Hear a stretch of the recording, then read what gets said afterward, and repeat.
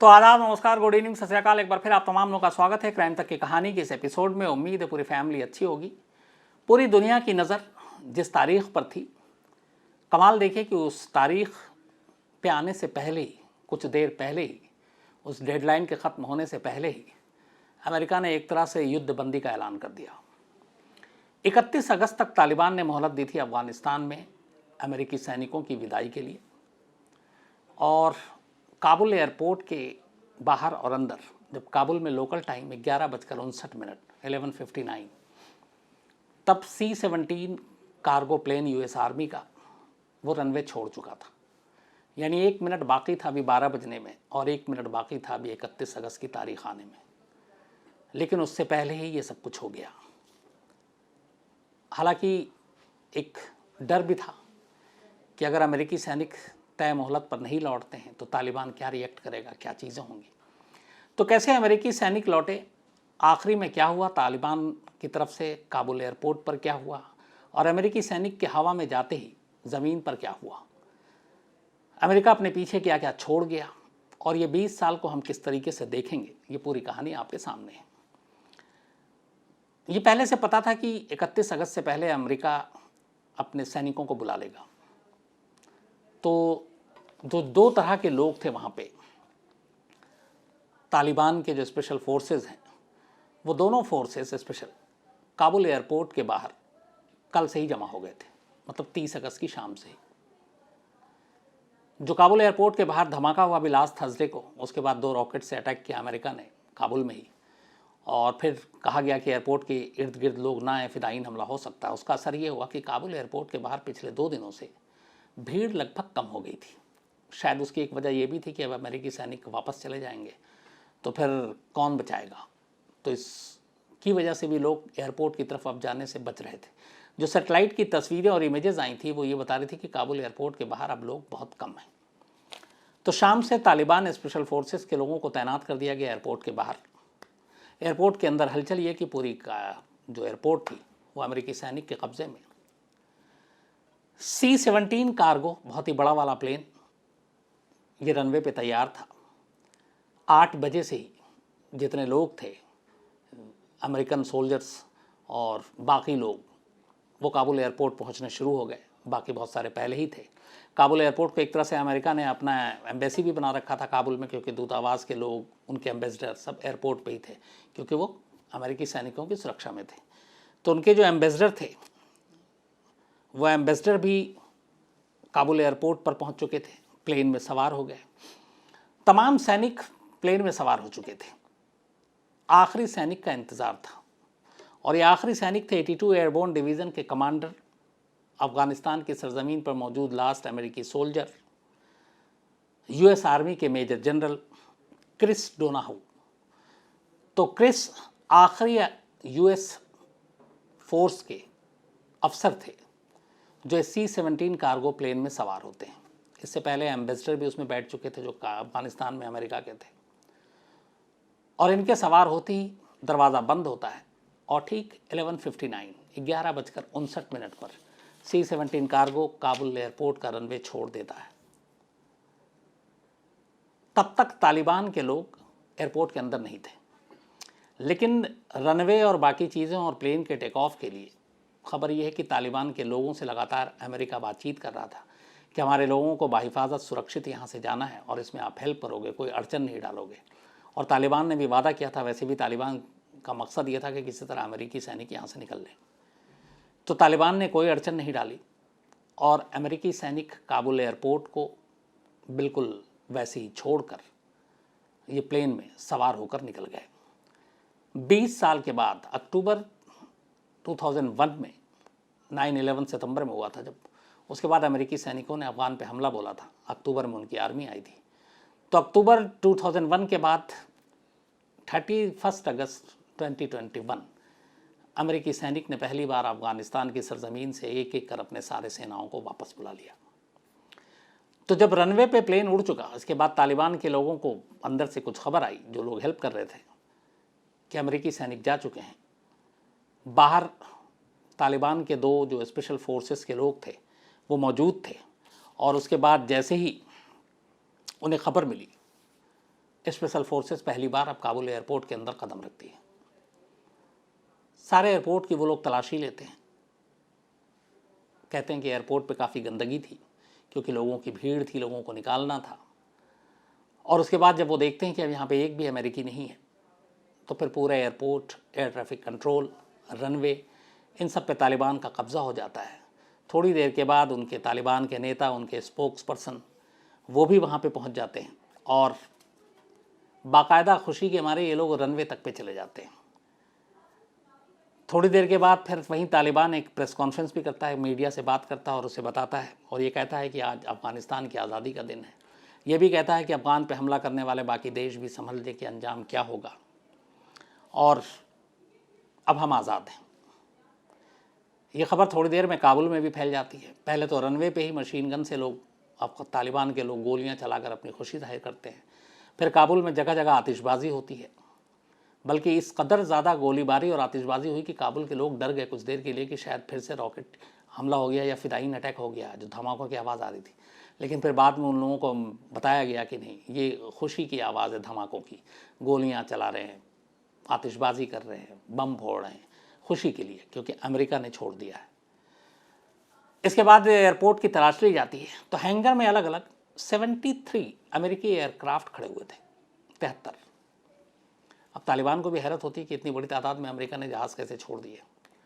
लेकिन जब वो वहाँ पे जाते हैं तो फिर देखते हैं उस जहाज़ की हालत, और उसके कुछ देर के बाद खैर जो एक अमेरिकी जनरल हैं, अमेरिकी सेंट्रल कमांड के हेड जनरल केनेथ मैकेंजी, वो बाइट देते हैं, स्टेटमेंट देते हैं और वो कहते हैं कि हमने काबुल एयरपोर्ट पर 73 एयरक्राफ्ट को छोड़ा है। हम उसको ले जाना नहीं चाहते थे, ले भी नहीं जा सकते थे, लेकिन हमने उसे डिसेबल कर दिया है। मतलब उसके सारे कल पुर्जे निकाल लिए, अपने साथ अमेरिका ले गए। और इन सारे एयरक्राफ्ट की हालत ऐसी है कि इसे दुनिया में कोई भी नहीं उड़ा सकता, इसे कोई ऑपरेट नहीं कर सकता, और ये बस एक खिलौना टाइप का रह गया। तो 73 एयरक्राफ्ट तो छोड़ दिए, लेकिन उसे खिलौना बनाकर छोड़ा और वो सारी चीज़ें अपने साथ ले गए। बाद में ये भी अमेरिका ने सिर्फ एयरक्राफ्ट के साथ नहीं किया, बहुत सारे टैंकर, बहुत सारे टैंक जो अमेरिकी सेना का हिस्सा थे, उनके भी कल पुर्जे उन्होंने निकाल लिए थे और उनको यूं ही छोड़ दिया, क्योंकि अब ऐसी हालत में कहाँ ले जाएं। तो ये सारी चीज़ें अपने पीछे छोड़ गए। लेकिन कुल मिलाकर रात के अंधेरे में अमेरिकी सैनिकों की जो विदाई हुई है, इसे एक अंधेरी विदाई ही कहेंगे, इसलिए कि अब अमेरिका के जाने के बाद 20 साल अमेरिका अफगान में रहा। अब सवाल पूछे जाएंगे कि इन 20 सालों में अमेरिका ने क्या पाया। बल्कि क्राइम तक फैमिली मेंबर, एक मैं नाम बोल रहा हूँ, उन्होंने लिखा था कि अमेरिका की हार नहीं है, जिस तरीके से नाकामी भी नहीं कहेंगे। लेकिन सवाल ये है कि 20 साल में क्या, क्योंकि कायदे से देखें तो इसमें जीत तो हुई नहीं। अमेरिका 20 साल पहले जब आया तब तालिबान था, और अमेरिका 20 साल बाद जब उसकी विदाई हुई सैनिकों की, तब भी अफगानिस्तान में तालिबान है। तो तालिबान को उखाड़ नहीं फेंक पाया, और अमेरिका ऐसा क्यों नहीं कर पाया, और क्या ये वाकई अमेरिका की हार है? तो कुछ लोग कह सकते हैं, जो अमेरिका के सपोर्ट में आकर, वो ये कह सकते हैं कि इन 20 सालों में अमेरिका ने ओसामा बिन लादेन को ढूंढ कर मार दिया। अलकायदा से जुड़े हुए जितने बड़े टॉप लीडर थे उनको ढूंढा, मार डाला या गिरफ्तार कर लिया। अफ़गानिस्तान में ये भी कह सकते हैं कि महिलाओं के एजुकेशन के लिए जो काम स्कूल कॉलेज खोले वो खोले, वहाँ के मिडिल क्लास लोगों की ज़िंदगी को बेहतर बनाया, वहाँ के जो बेसिक स्ट्रक्चर है, बुनियादी ढांचा है, उसको मजबूत किया। तो ऐसे बहुत सारे काम किए, तो ये नाकामी नहीं है। लेकिन फिर ये सच्चाई सामने आती है कि अमेरिका उस तालिबान को ख़त्म नहीं कर पाया जिस तालिबान से वो 20 साल तक लड़ता रहा, और फिर उसी तालिबान को सब कुछ सौंप कर वो निकल गया। और ये सिर्फ अफ़गानिस्तान के साथ नहीं है, अमेरिका ने हाल में यही हाल सीरिया में हुआ, इराक़ में एक तरह से हुआ, यमन में भी हुआ। यहाँ पे जड़ से उखाड़ फेंकने में अमेरिका नाकाम रहा।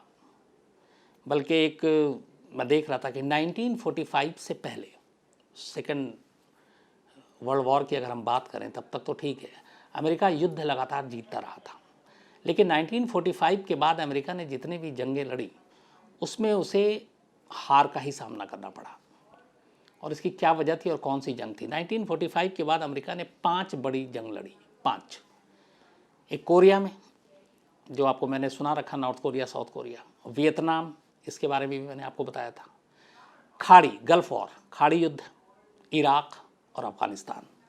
इन 5 में अगर खाड़ी युद्ध, गल्फ वॉर को छोड़ दें, जिसमें कहते हैं कि अमेरिका को कामयाबी मिली थी, जंग में एक तरह से जीत मिली, लेकिन कोरिया हो, वियतनाम हो, इराक हो, अफगानिस्तान हो, यहाँ अमेरिका जीत नहीं पाया। इस दौरान में अमेरिका ने कुछ छोटे मोटे जंग भी लड़े, जिनमें सोमालिया है, यमन है, लीबिया है, लेकिन हर जगह अमेरिका को एक तरह से हार का ही सामना करना पड़ा। बल्कि बेनगाजी, सोमालिया, सैगोन, ये वो जगह हैं जहाँ से अफ़गानिस्तान की तरह ही अमेरिकी सैनिकों को आधे अधूरे रास्ते से वापस लौटना पड़ा था। अब सवाल ये कि 45 के बाद अमेरिका इस तरह से जंग क्यों हारता है? तो इसकी जो एक्सपर्ट्स हैं उनका मानना है 2 चीज़ें हैं। एक, जंग अमेरिका अपनी सरजमीन पर नहीं लड़ रहा होता, वो दूसरे देशों में जाकर लड़ रहा होता, क्योंकि उसे सुपर पावर बनना, महाशक्ति बनना है। और दूसरे देशों में जब वो जाकर लड़ता है तो उनके अपने सैनिकों को लगता है कि वो किस चीज़ के लिए जंग लड़ रहा है, क्योंकि वो किसी और की सरजमीन पर है। अब वहाँ लड़ाई 2 तरह की होती है। आमतौर पे जितने नाम लिए मैंने आपको, ये सारे एक तरह से सिविल वॉर टाइप का मामला था, गृह युद्ध, चाहे अफगानिस्तान हो, इराक हो, सीरिया हो, लीबिया हो। तो वहाँ पे जो दूसरा गुट होता है वो अपने देश के लिए, आज़ादी के लिए या फिर किसी और चीज़ के लिए लड़ता है। अमेरिकी सोल्जर के पास मोटिव क्या, उनका सिर्फ सरकार का ऑर्डर है इसलिए चले जाते हैं। लेकिन हार की जो वजह है वो ये है कि जो कल्चरल चीज़ें होती हैं, लोग जिस देश के अपनी सांस्कृतिक तौर पे जुड़े होते हैं, जो उनके अपने बहुत सारे कस्टम्स होते हैं, वो उस देश में रहने वाले, चाहे वो विरोधी गुट हो, सरकारी गुट हो, वो उनके लिए ज़्यादा मायने रखता है। और ऐसी संस्कृति को, लोकल कल्चर को अमेरिकी सैनिक डीपली समझ नहीं पाते। और यही वजह है कि जो डीपली इसको समझता है वो जी जान से लड़ता है। और अमेरिकी सैनिक एक अपना सिर्फ ये है कि इंस्ट्रक्शन है, ऑर्डर है, वो एक अनजान देश में उतर आते हैं, ये जानते हुए भी नहीं कि इनकी भौगोलिक हालत क्या है। अफ़गानिस्तान में यही हुआ तालिबान के साथ। अफ़गानिस्तान की जो पूरी बनावट है, बसावट है, घाटियाँ हैं, पहाड़ें हैं, गुफाएँ हैं, उन गुफाओं में, घाटियों में खुफिया रास्ते हैं, इन रास्तों से तालिबान वाकिफ़, अमेरिकी सैनिक वाकिफ़ नहीं थे। तो जब उन्हें खबर मिलती है ऐसे किसी लोकेशन की, सैटेलाइट या अपने मुखबिर के ज़रिए, वो वहाँ पहुँच जाते। लेकिन पलट के जब तालिबान हमला करता तो वो फिर उस जगह पे इतनी बमबारी करते कि पूरी तरह से बर्बाद कर देते। लेकिन ये वक्ती होता, फिर तालिबान इकट्ठा हो जाता, फिर वो वापस पलटवार करता। तो वो बमबारी करते रहे और तालिबान उठता रहा। और तालिबान ने ये किया कि उसने अपनी जो सोच, उसकी विचारधारा थी, वो टोटल कट्टर, और उसने इसको एक रिलीजियस वॉर बना दिया, धर्म युद्ध। और धर्म युद्ध की वजह से अफ़गान के कबीलाई लोग, जो सारे बड़े अपने धर्म को लेकर ज़्यादा जागरूक रहते हैं, उन्होंने तालिबान का सपोर्ट किया। अमेरिका को वो विदेशी मानते थे, काबुल में बैठी हुई सरकार को कठपुतली मानते थे, तो इसलिए वो ज़्यादातर तालिबान के साथ हो गए। और तालिबान ने अपने इस धर्म के नाम पर खूब प्रचार प्रसार किया, और नतीजा ये रहा कि 20 साल के बाद अमेरिका को वहाँ से लौटना पड़ा। अब अमेरिका लौट गया है, काबुल तालिबान के कब्ज़े में है। आने वाले वक्त में क्या होगा? मुझे लगता है पहली चीज़ वो ये कि काबुल एयरपोर्ट एक सेट करेगा कि आने वाला टाइम कैसा होगा। वो कैसे? बहुत सारे लोग हैं, हज़ारों लोग जो अफ़गानिस्तान से भी निकलना चाहते हैं। अब तालिबान के पास काबुल एयरपोर्ट है, निकलने का इकलौता हवाई रास्ता यहीं से है। अगर वो आम लोगों को जाने देता है, प्राइवेट एयरलाइंस दुनिया भर की हैं, वो अगर वहाँ उड़ना चाहती हैं, आना चाहती हैं, उनको आने देता है। लोगों को वैलिड वीज़ा के साथ वो नहीं रोकता है जाने से, अपने ही अफ़गानी लोगों को, कि बेरोक टोक जिसको जहाँ जाना है जाए तो ठीक। लेकिन अगर वो जबरन रोकता है लोगों को, उन्हें जाने नहीं देना चाहता है, पकड़ के रखता है, तो फिर मान लीजिए कि तालिबान वही है जो 2001 तक का वाला था। तो काबुल एयरपोर्ट से बहुत सारी चीज़ें साफ़ हो जाएंगी।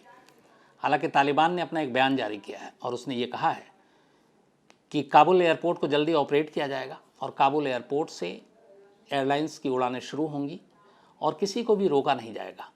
अमेरिकी सैनिक चले गए हैं, लेकिन अभी भी कहते हैं 200 से ज़्यादा अमेरिकी और बाकी देश के लोग काबुल और अफ़गानिस्तान में हैं, फंसे हुए हैं।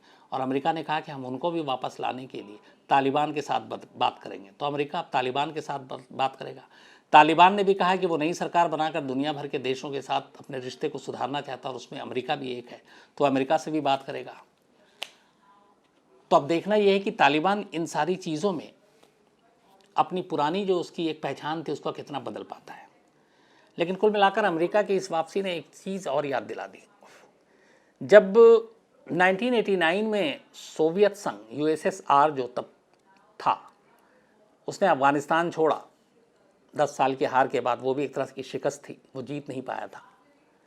उसके बाद उसके 15 टुकड़े हो गए थे यूएसएसआर के, और उन 15 टुकड़ों ने यूएसएसआर को फिर रशिया तक समेट के रख दिया।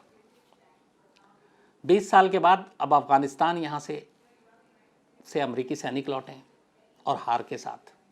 अब अमेरिका के लिए परेशानी है कि अफ़गानिस्तान तो छोड़ दिया, लेकिन तालिबान के साथ रूस जो है अभी, पुतिन की जो सरकार, वो दोस्ती बनाए हुए है, और चीन ने भी तालिबान को एक तरह से मदद कर दी क्योंकि पाकिस्तान मदद कर रहा है। तो अमेरिका भी जब 2001 में या उससे पहले सोवियत संघ ने जब हमला किया था और उसमें जो सैनिक जो उसने सारे मुजाहिदीन उसी के कहने पे अमेरिका के तैयार हुए थे रशिया से लड़ने के लिए सोवियत संघ से, तो तब भी वो चाहता नहीं था कि सोवियत संघ का यहाँ दखल हो। अब एक बार फिर से अमेरिका चला गया, रशिया और चीन दोनों अब अफ़गान और तालिबान के पीठ पे इन्होंने हाथ रख दिया पाकिस्तान के साथ मिलकर। तो अमेरिका कभी नहीं चाहेगा कि इस रीजन में रशिया या चीन का दखल हो, क्योंकि वो अपना दखल नहीं छोड़ना चाहेगा। तो बेशक सैनिक लौट गए, लेकिन इस इलाके से अमेरिका आंख बंद कर लेगा ऐसा भी नहीं है। किसी न किसी तरीके से वो, हो सकता है तालिबान से भी बात करे, हो सकता है पाकिस्तान को फिर एक बार अपने साथ मिलाए, उसकी मदद ले, ताकि रशिया और चीन के दखल को रोका जा सके। अब रशिया और चीन के दखल को रोकने का अमेरिका का क्या मकसद होता है, इसको समझने के लिए अफ़गानिस्तान के नक्शा को समझना बहुत ज़रूरी है। असल में जो अफ़गानिस्तान है वो इस दुनिया में एक ऐसी जगह पे बना हुआ है जो अपने आप में बड़ा इम्पॉर्टेंट हो जाता है। अफ़गानिस्तान एक वो इलाका है जहाँ से कई रास्ते खुलते हैं। ख़ासतौर पर 2 दरवाज़े ऐसे हैं जो अफ़गानिस्तान से होकर ही खुलते हैं, आप अगर दुनिया में कहीं जाना चाहते हैं तो। एक है, अफ़गानिस्तान से होकर आप वेस्ट एशिया जा सकते हैं। वेस्ट एशिया में तुर्कमेनिस्तान, तजाकिस्तान, उज़्बेकिस्तान, इसके अलावा सेंट्रल एशिया में भी आपको अफ़गानिस्तान से होकर ही गुजरना होगा। अफ़गानिस्तान की जो बॉर्डर है वो चीन से भी लगती है।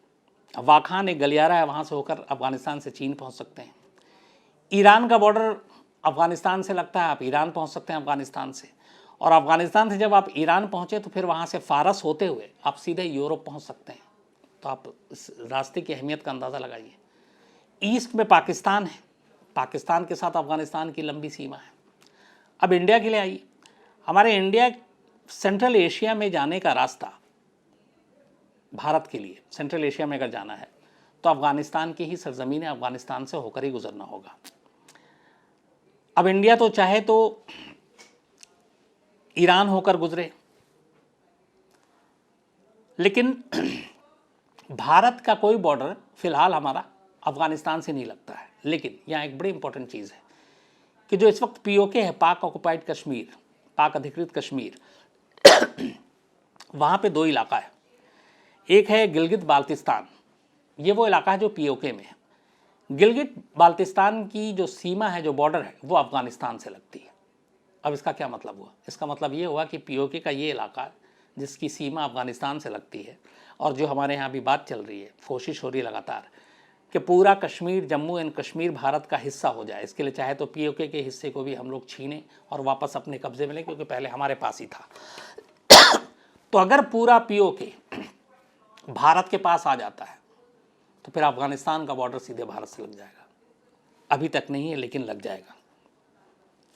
तो इसीलिए अफ़गानिस्तान बेहद अहम हो जाता है पूरी दुनिया के लिए। लेकिन अब हालात ऐसे हो गए हैं कि अमेरिकी सैनिकों की विदाई के बाद रूस और चीन फिर से वहाँ पे अपना दबदबा कायम करने की कोशिश करेगा। जो 79 के दौर में था, जब रशिया यूएसएसआर वहाँ पे उसने नूर मोहम्मद तारिकी की सरकार के साथ मिलकर वहाँ पे एक तरह से अपना दायरा फैलाया था, बिजनेस फैलाया था, अपनी सोच फैलाई थी, वो वक्त अब दोबारा, क्योंकि रूस ने अभी भी काबुल में अपने एम्बेसी को खुला रखा है, बंद नहीं किया है। और शायद इसकी वजह यह है कि तालिबान के साथ उसकी इतनी डील है, पहुँच है, दोस्ती है। चीन में भी लगातार यही कर रहा है, और तालिबान को भी अपनी सरकार चलानी है और दुनिया में उसको नज़रिया, दुनिया को लेकर उसको बदलना है, तो फिर बाकी देशों के साथ भी अच्छे रिश्ते रखेगा। तो चीन और रूस का अगर सर पे हाथ हो गया तालिबान के, तो आप अंदाज़ा लगाइए कि जो बैलेंस है, जो ताकत का इक्वेशन है, वो कितना बदलेगा। और ये अमेरिका के लिए नुकसानदेह, क्योंकि अमेरिका नहीं चाहेगा सेंट्रल एशिया और वेस्टर्न एशिया में रूस या चीन का दखल हो। पाकिस्तान वैसे ही चीन के साथ है, दोस्ती है, जग जाहिर है। रूस की दोस्ती हमारे साथ ठीक ठाक है। लेकिन अगर ये लोग अफ़गानिस्तान में घुसपैठ करते हैं, क्योंकि अफ़गानिस्तान से अब अमेरिकी सैनिक जा चुके हैं, तो फिर अमेरिका के लिए ठीक नहीं। और यही वजह है कि अमेरिका सैनिक बेशक बुला चुका, लेकिन उसकी दिलचस्पी और उसकी नज़रें अफ़गानिस्तान में रहेंगी। दूसरी तरफ एक सर्वे हुआ है अमेरिका में, जिसमें 40% लोग जो हैं, एक अगर मैं सही हूँ तो, इस फैसले से सैनिकों को बुलाने को और जिस तरीके से अफ़गान को हैंडल किया गया उससे जो बाइडेन सरकार से नाराज़ है, खुश नहीं है। तो कुल मिलाकर अमेरिकी सैनिक जा चुके हैं।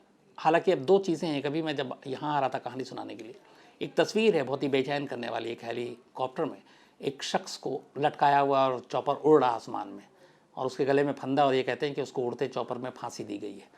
और कहते हैं कि ये जो शख्स है जो जिसकी लाश लटक रही है, वो अमेरिकी सैनिकों का ट्रांसलेटर था पश्तो भाषा में। और जैसे ही अमेरिकी सैनिक लौटे उसके बाद उन्होंने उसको पकड़ा और उसको इस तरीके से मारा और आसमान में घुमा रहे हैं ताकि लोगों में एक दहशत हो। लेकिन तालिबान का एक बयान आया है कि हमारा इससे कोई लेना देना नहीं। अब ये तालिबान कितना सच बोल रहा है कितना झूठ, मैं इसको वेरीफाई नहीं कर सकता।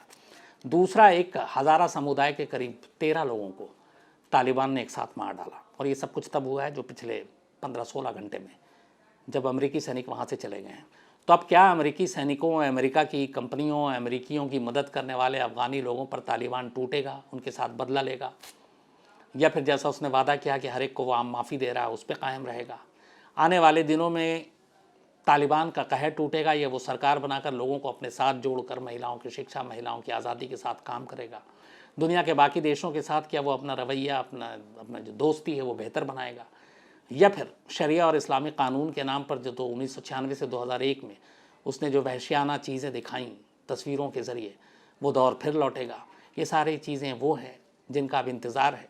और अब चूँकि पूरी तरह से अफ़गानिस्तान तालिबान के रहमकरम पर है, तालिबान के कब्ज़े में है, तो आने वाले दिनों में ये साफ़ हो जाएगा कि ये तालिबान 20 साल पुराने तालिबान से कितना अलग है।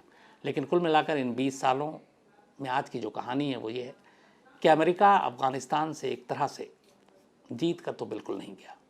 तो आज कहानी में इतना ही। अब आपसे मुलाकात होगी कल रात 9 बजे किसी नई कहानी के साथ। तब तक अपना ख्याल रखिएगा। Thank you very much.